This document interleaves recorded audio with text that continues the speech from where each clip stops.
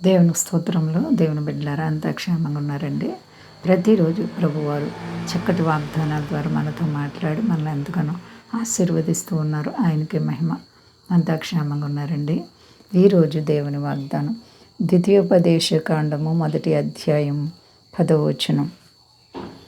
మీ దేవుడైన యెహోవా మిమ్మును విస్తరింపజేసెను గనుక నేడు మీరు ఆకాశ నక్షత్రముల వలె విస్తరించి ఉన్నారు.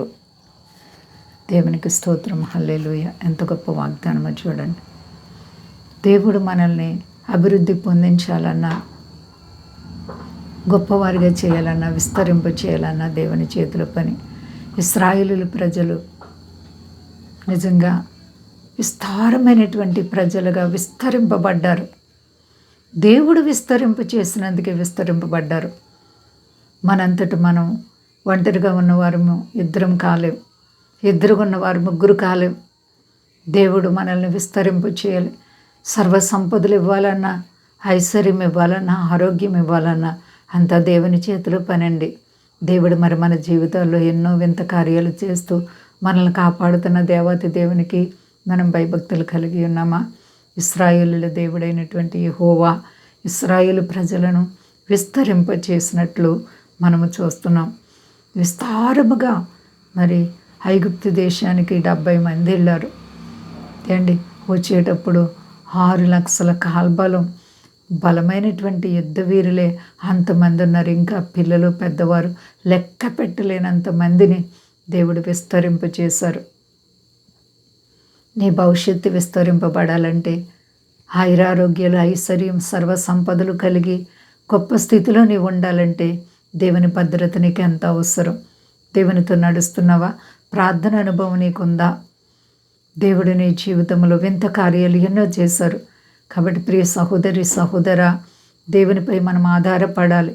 అప్పుడు నీ చేతుల పనులు అభివృద్ధి పొందితే నీ విస్తరింపబడతావు.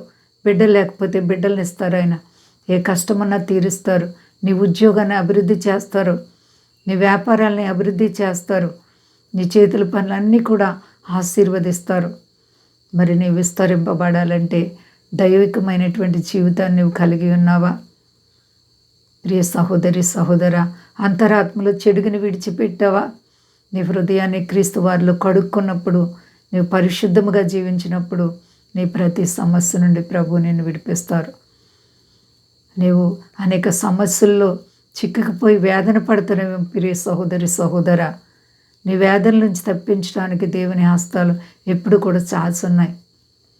మరి నీవే కష్టంతో బాధపడుతున్నావు, ప్రభు ప్రతి కీడు నుంచి తప్పిస్తానని వాగ్దానం చేస్తున్నారు.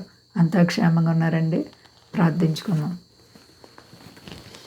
ప్రేమ నమ్మకమైన మా యేసయ్య గొప్ప దేవ, అవును మా తండ్రి నాయన, దేవుడు మీకు తోడై ఉండబట్టి మీరు విస్తరింపడుతున్నారని మోషే గారు ఇశ్రాయేలు ప్రజలతో మాట్లాడుతున్నారు. అవును ప్రభువా, మేము విస్తరింపబడాలంటే, దీవింపబడాలంటే, ఆయురారోగ్యాలు మేళ్ళు మాకు కావాలంటే నేను ముందు పెట్టుకోవాలి ప్రభువా. నేను ప్రక్కన పెడితే ఎప్పుడు కూడా మా జీవితాలు నిరర్థకమైపోతాయి ప్రభువా. నీకోసం మేము ఎలా ఉండాలో మాకు నేర్పండి. మా దేశాన్ని, దేశ నాయకులను కాపాడండి, సర్వ ప్రజలను కాపాడండి. మీరు అక్కడ దినాల్లో ఉన్నాం. సిద్ధపాటి సమస్యలు, బాధలు, ఆర్థిక పరిస్థితులు ఉన్న ప్రతి బిడ్డలకు యేసు నామములో విడుదల కలుగును గాక. అందరికీ క్షేమము, శుభము దయచేసి మహిమ పొంది శక్తి గల యేసు నామమున అడుగుచున్నాను తండ్రి. ఆమేన్. అందరికీ వందనాలండి. మా కొరకు పరిచయ కొరకు అందరూ ప్రార్థించండి. ప్రభువారు మిమ్ములను, మీ బిడ్డలను, మీ కుటుంబాలను దీవించి ఆశీర్వదించును గాక. ఆమేన్.